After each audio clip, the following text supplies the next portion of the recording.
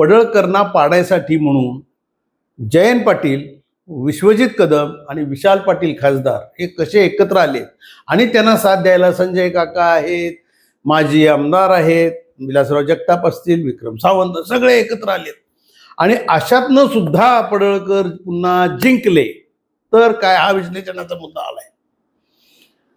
आता मतदान होईल 2 दिवसात. मतदान झाल्यानंतर पडळकर जिंकले तर जयंत पाटलांचं काय, विशाल पाटलांचं काय? जयंत पाटलांना तर नगरपालिकेच्या निवडणुकीपासून इस्लामपूरमध्ये बसून राहावंच लागलं. हे सगळ्या राज्यानं बघितलेलं आहे.